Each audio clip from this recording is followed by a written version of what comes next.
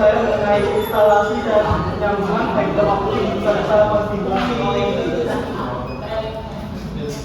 Jadi di dalam latar belakang jaringan fiber optik saat ini menjadi standar utama dalam penyediaan komunikasi modern karena mampu menghadirkan bandwidth tinggi dengan tingkat keamanan yang sangat rendah dalam implementasi layanan RDNA. Pemahaman mengenai teknik penyambungan kabel fiber optik serta konfigurasi perangkat ONT menjadi hal yang sangat penting agar jaringan dapat berfungsi secara optimal. Melalui praktikum ini, kita diperkenalkan secara langsung pada proses kerja di lapangan, mulai dari melakukan splicing, kabel echo, melakukan konfigurasi ONT hingga melakukan pengujian konektivitas untuk memastikan jaringan beroperasi dengan baik.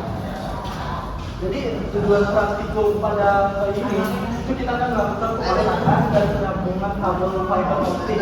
Kedua, melakukan konfigurasi ONT melalui IP, LAN, dan data. Sehingga menguji konektivitas jaringan menggunakan perintah tracer, lalu memahami alur kerja jaringan echo dari ONT ke ONT.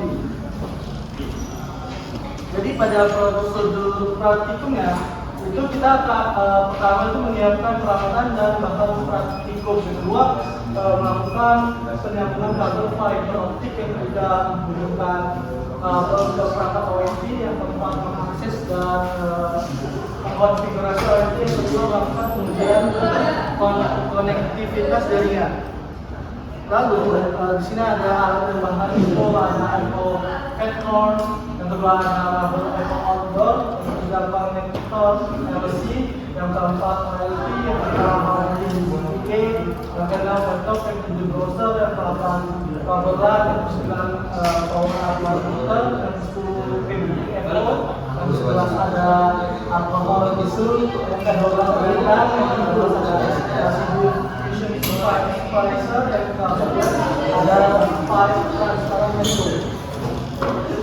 Jadi di dalam laman belakangnya, pertama itu saya menyambungkan kabel fiber optik. Yang pertama itu kita menyiapkan kayak kabel drop core fiber optik dan style. Lalu di sini saya mengupasnya menggunakan drop filter ya pada kabel drop core-nya. Lalu membersihkan alat optik dengan alkohol. Selanjutnya kita melakukan cleaning agar ujung sungai itu rata. Lalu menyambungkan robot dan bisa menggunakan fusion tracer. Lalu yang terakhir itu melindungi hasil sambungan menggunakan slip. Langkah kedua itu akses ONT.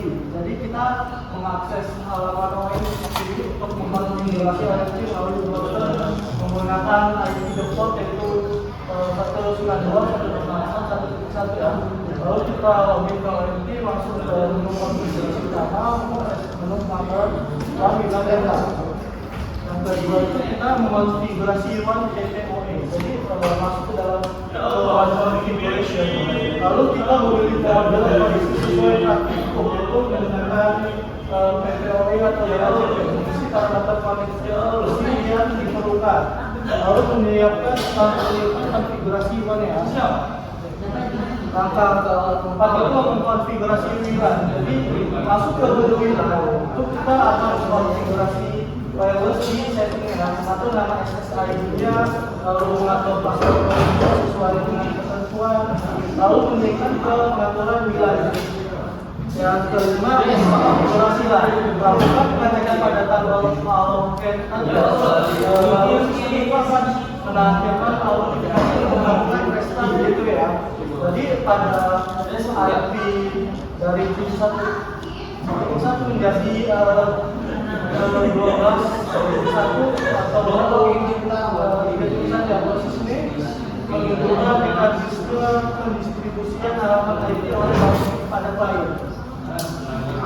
Lalu yang kedua itu kita memverifikasi ONT-nya, mengakses ONT menggunakan alamat IP dan terhubung melalui ONT, melakukan pemeriksaan terhadap perangkat yang terhubung ke ONT, lalu memastikan layanan DHCP pada ONT itu berfungsi dengan baik. Lalu kita memverifikasinya ke kalian bahwa kalian berhasil memperoleh alamat ID dari OIP.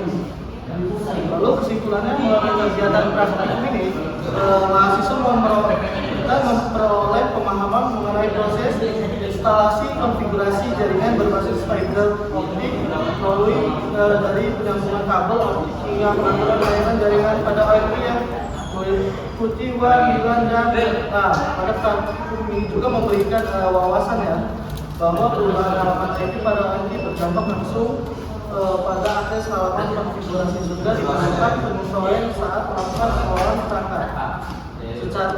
Sekian dari saya, ada yang ingin ditanyakan? Ya, Pak.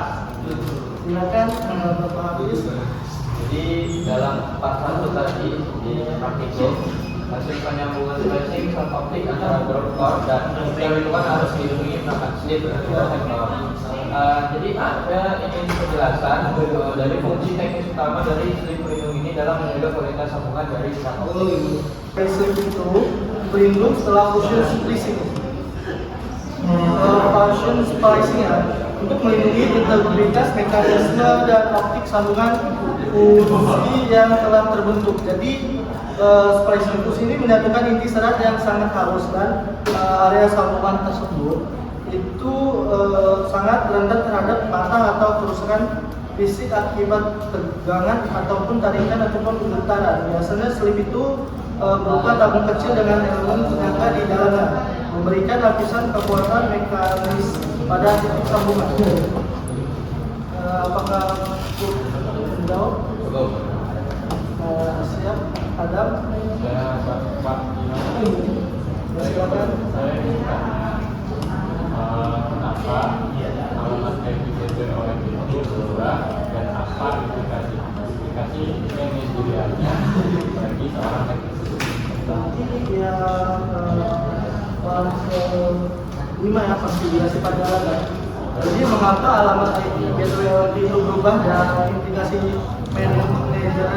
manajerial bagi teknisi ya. Jadi perubahan IP gateway OIP itu terjadi akibat mekanisme DHCP atau penyesuaian konfigurasi jaringan untuk menghindari konflik IP. Jadi implikasi manajerial terpenting bagi teknisi itu yaitu keharusan mengetahui dan mencatat IP terbaru agar tetap dapat mengakses dan mengolah OIP serta itu memastikan kalian memperoleh IP dari subnet yang benar. Lalu, oke, silakan. Bertanya Pak, kalau untuk proses dari pembuatan serat optik itu menggunakan manual itu kan sebelumnya briefing ya, jika perangkatnya kritis menggunakan kualitas dari fibernya.